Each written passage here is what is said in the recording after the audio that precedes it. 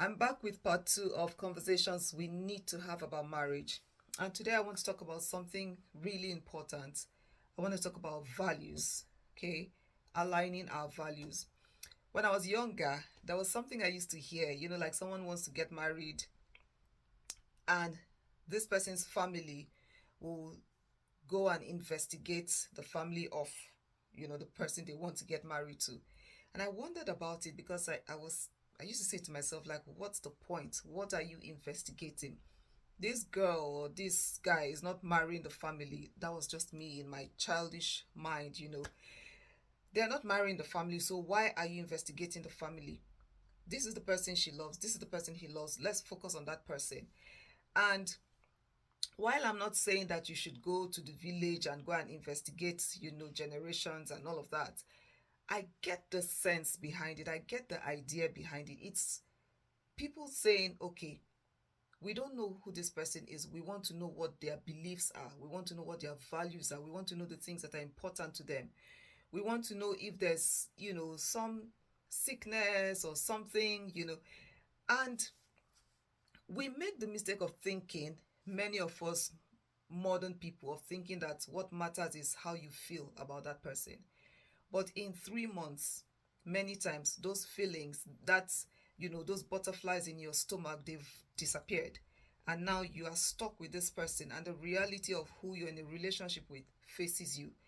And being in a relationship is a blessing, is a gift because you can walk out.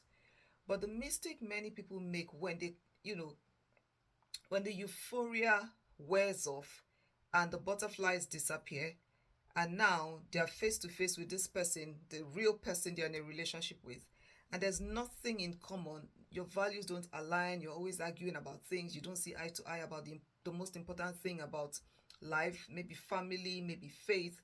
There's nothing in common. What people then do is that they introduce intimacy. And intimacy, definitely, physical intimacy, so sexual intimacy, I mean. And when you introduce sexual intimacy, it creates a bond, and people then feel like, oh, we've revived the love. But what you're doing is like you're delaying, is like you're postponing the evil day. Because sexual intimacy, as beautiful as it is, does not create um genuine bond if there is no commitment to that person. So there has to be a commitment to the person you're in a relationship with. And that's why um Christians, for instance, are instructed to leave sex out of relationships until you get married, because that makes it easy for you to see who you're in a relationship with. It doesn't mean you always make the right choices, because some people still made marital choices that hurt them even though there was no sexual intimacy, but that's a conversation for another day. But the point is, sexual intimacy makes people believe that they have something solid, and because they've introduced that, it blinds them to who this person is. So they don't ask any questions, because that feeling of, I'm one with this person, this is so beautiful, chokes them, blinds them. So they don't ask any questions. Even when red flags are glaring, they don't see it. It's easy to make excuses when you're, in cloud nine. And so um it's important that you pay attention to the person's values, because that is what eventually will keep the marriage. When you see things, and it doesn't mean that you don't necessarily have to like the same things. It doesn't mean that, there was one time that people were going to one extreme of saying, oh, if the person loves football, you must love football. I do not agree. I don't agree that we must like exactly the exact same things. But when it comes to our core values, what do we believe about working hard? How do we see money? Is somebody, frugal, and the other one more of a, spendthrift? What does fidelity mean to you? If you're somebody who believes that fidelity is important, and then you're in a relationship with someone who says, oh, men are polygamous, and you still want to put your head in it, I don't know what to say.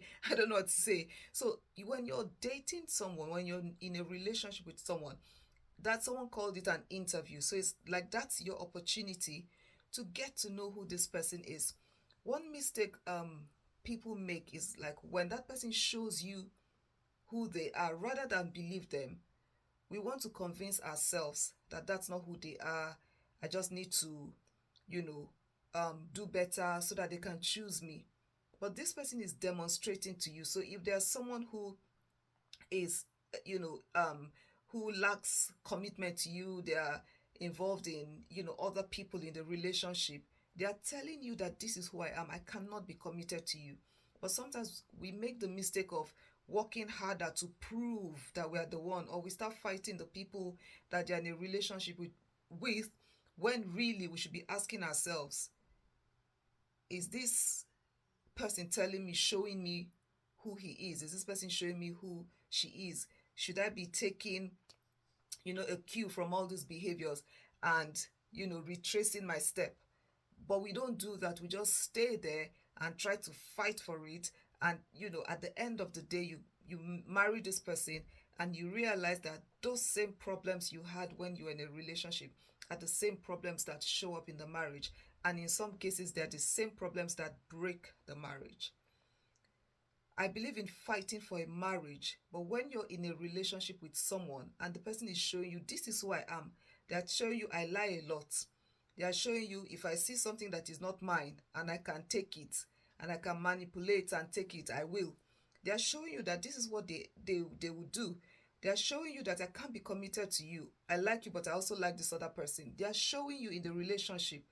It's your cue to, reevaluate that relationship and ask yourself, is this what I want to deal with for the next 10, 20, 30, 40, 50 years, depending on how long, God keeps you in that marriage? So, values are important, extremely important.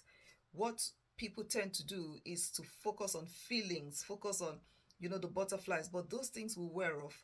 And what will sustain your marriage are your shared values, which hopefully should include things like respect, honesty, fidelity, and those really, really important core values. I hope this has been useful, and I'll be back next week with part 3 of conversations we must have about marriage. See ya.